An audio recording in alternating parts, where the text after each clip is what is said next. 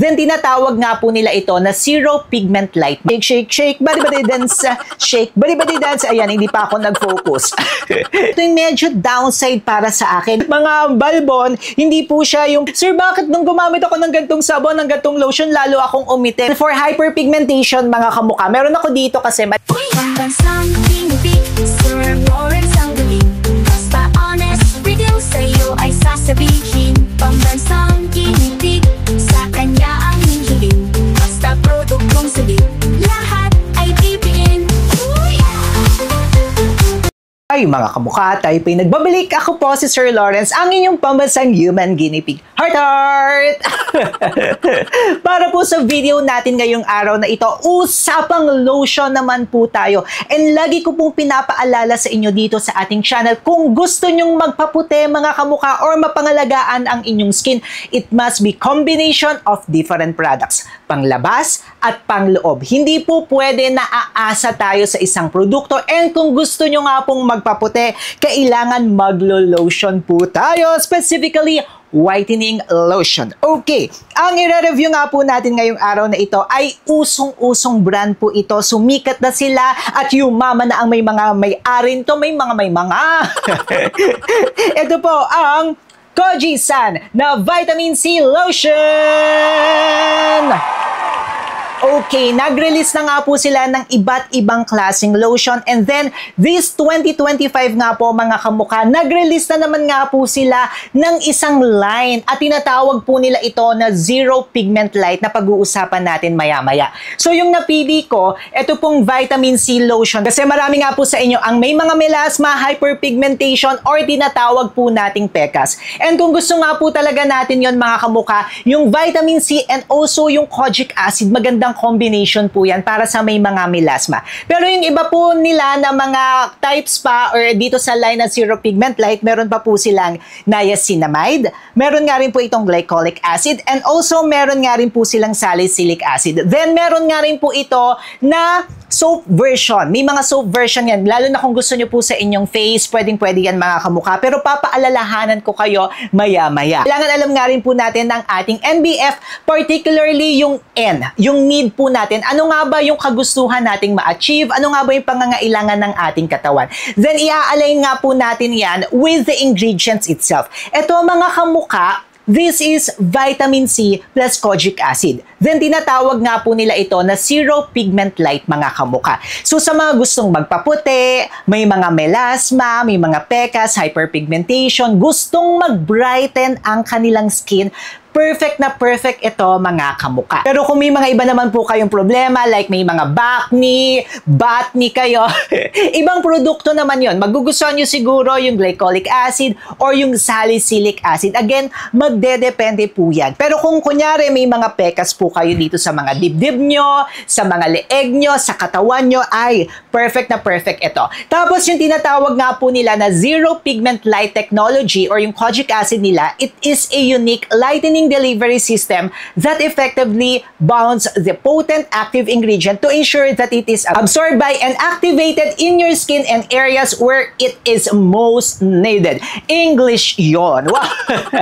Pero ibig sabihin nga lang po ng Zero Pigment Light Technology nila is mas pinaganda nila yung kojic acid, yung technology na yan para nga po ma-activate at ma-absorb maigan ng ating skin. And kung titingnan nga po natin yung ingredients niya, yung una po ditong nilagay nila is water. Ayan. And kapag dito nga po, usually kung ano po yung unang nilalagay, yan po yung pinakamarami. So, water po siya. Ibig sabihin po nito mga kamukha, more or less, watery po yung consistency nitong lotion na ito. Ang kagandahan nga rin po na watery ang consistency niya. Usually mga watery, very light po yan. Lalo na sa init ng panahon ngayon mga kamukha, maganda yung mga light at hindi ganoon ka-sticky sa ating skin. Lalo na nga po kung gagamitin nyo po ito sa umaga. Ang kagandahan pa nga po nito, dermatologically tested na po siya and hypoallergenic yan. Para sa may mga hypersensitive skin katulad ni Sir Lawrence, perfect na perfect. Okay, papakita ko na nga po sa inyo. Make sure na always na nyo po, i-shake, shake, shake, shake, shake, shake, body dance, shake, body dance. Ayan, hindi pa ako nag-focus. Make sure na i-shake po natin siya mga kamukha. Then, eto po siya. Ayan, ang dami na nating nagamit. Okay. Actually, hindi siya ganun ka-watery. Very thick yung kanyang consistency kung titingnan natin. Pero, once na i-apply po natin siya sa ating skin, very lightweight naman siya and non-sticky. Pero yung scent niya, mga kamukha, ito yung medyo downside para sa akin. Yung scent niya is citrusy, pero amoy siya na parang guava, na parang amoy din siya na parang kojic acid, na parang medyo papunta na siya na medyo may pagkaasim ng konti. Yung tipong medyo nangangamoy-ngamoy putokables na putokables. May putok-putok na siya ng konti, mga kamukha. Mag-ingat-ingat kayo dito, ha. Pero yun yung downside niya sa akin. Pero after a while naman, sa tagal ko nang ginamit ito, mga kamukha, 2 weeks ko siyang tinry talaga, hindi naman siya yung talagang amoy putok, mga kamukha. So hanggang dyan na lang siya, and pag na-spread nyo na okay siya. Pero downside talaga sa akin yung scent niya, mga kamukha. Make sure na mag-spray kayo, mag-layering kayo ng perfume nyo. Okay, ipahid na po natin siya. Once na ipahid natin siya, hindi siya sticky, mga kamukha. Very lightweight po siya. Okay na okay po siya para sa akin, mga kamukha.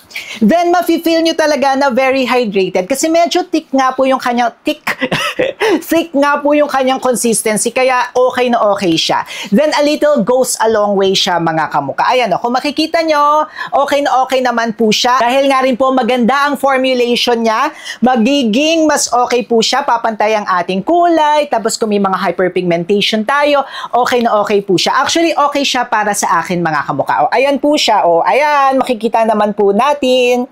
Okay, ito yung meron, tapos ito po yung wala. Now, i-apply na nga rin po natin siya dito sa kabilang side po natin. Very thick yung consistency niya. Hindi siya talaga ganun ka-watery eh. Though water yung nakalagay dito, pero hindi siya ganun ka-watery, mga kamukha. Tapos, ayan siya. Buti hindi na nga siya sticky, mga kamukha. Tapos ang kagandahan niya, wala siyang white cast, wala rin po siya na makikita natin na pangit. Pumapanday talaga yung kulay natin, mga kamukha. Tapos hindi siya yung nagpapatse-patse. Tapos kung kayo nga po ay balbon, ayan, marami pala sa inyo ang balbon nagme-message sa akin.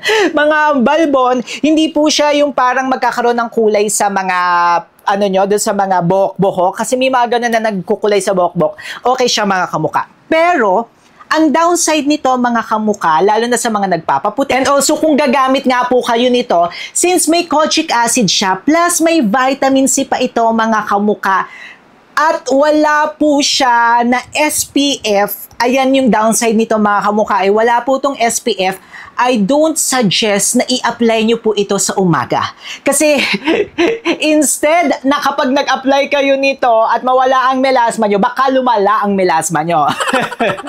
Or instead na pumuti kayo, baka mangitim kayo lalo.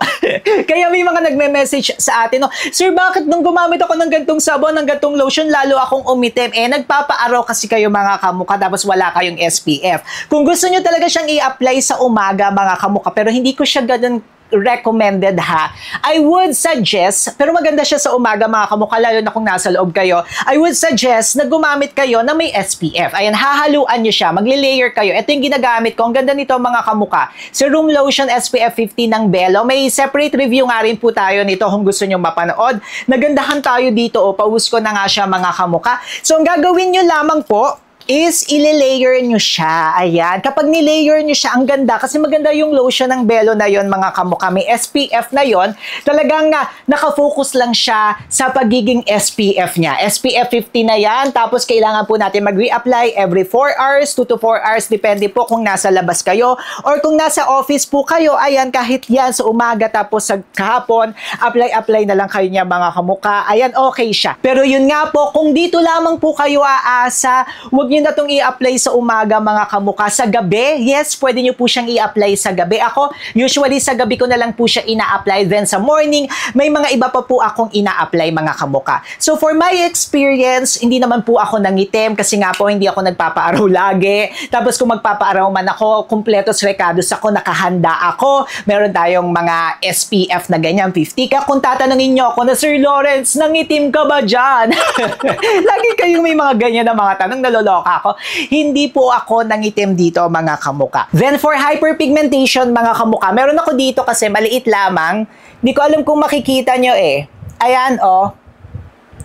Meron tayo dyang hyperpigmentation. Hindi po yan nunal, mga kamukha. Kasi yung nunal ko, marami rin po akong mga nunal yan. Ito po is hyperpigmentation talaga yan. Tapos araw-araw ko siyang ina-apply nito for 2 weeks. Pero walang pagbabago, mga kamukha, no? Pero ang kagandahan naman niya, hindi siya lumaki, hindi rin naman siya lumiit, walang fading na naganap. Siguro continuous use talaga yung paggamit nito. Hindi tayo pwedeng magmamadali sa mga ganitong mga produkto. Pero ang kagandahan, hindi siya lumaki, hindi siya lumala. So, kailangan ko talaga to i-maintain para hindi siya lumala. And yun yung kagandahan, mga kamukha, no? Kapag early tayong nakikita na natin siya, magagawa na natin siya ng paraan agad. Pero sa face, ha, Diyos ko naman, mga kamukha, huwag nyo naman tong gagamitin sa face. This is not for face. Kung gusto nyo po, pwede yung sabon. Pero yung sabon na yun, mga kamukha, dapat sa gabi nyo yung gagamitin na. Kasi pag sa umaga nga, may tendency na naman nga po tayo na pwede tayo mangitim. So, sa gabi, pwede po yan. Tapos mag-a-apply pa rin po kayo syempre ng mga different products para po mawala yung mga melasma, hyperpigmentation nyo. So this one po, yes, pwede po itong makahelp. Ito po ay produkto na pwedeng makahelp para sa mga melasma, hyperpigmentation, or kung wala kayong mga melasma, hyperpigmentation, para sa pag-glow ng ating skin. Yes, pwede po ito. Pero kung kayo ay may mga pimples, acne, yung problema nyo, chicken skin, ito pwede rin naman to sa chicken skin, mga kamukha. Baka ibang product naman, kasi iba-iba nga po yung product sa line na ito. Magdedepende nga po yan sa inyong pangangailangan or need ng inyong katawan. Pero ito nga po pinili ko kasi marami sa inyo ang may mga melasma, which is okay naman siya, mga kamukha. Will I continue use this? Yes, pero sa gabi ko siya gagamitin. Then pag umaga, mga kamukha, make sure po na meron po tayo nitong ginagamit. By the way, kung gusto nyo po palang bumili nito, baka mapeke kayo, mura na nga lang ito, mga kamukha. Maglalagay po tayo dyan sa ating cart, and also meron nga rin po sa description box sa baba. Make sure po na dyan tayo bibili para hindi po tayo mapeke. Speaking of, ito nga pong kay Bello, may separate video po tayo nito. Gumawa po tayo ng review video nitong kay Bello. Kung gusto nyo po yung mapanood, eto po yan. Syempre, mag-subscribe na rin kayo kay Sir Lawrence. Paano ba yan, mga kamukha? Paalis na po ako. I-click nyo na po itong video para hindi nyo ako mamiss, para tuloy-tuloy ang panonood nyo. Para kung gusto nyo po sila i-check out dalawa sabay na, mga kamukha. Go, go, go! Paalis na po ako. Click nyo na to.